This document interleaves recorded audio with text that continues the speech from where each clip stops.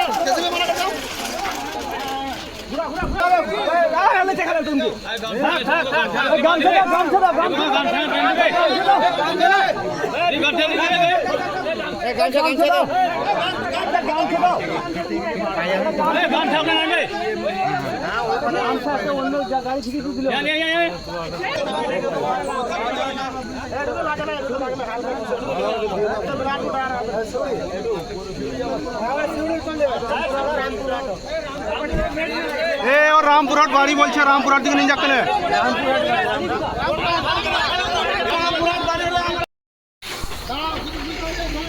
बड़ा सोजा सोजी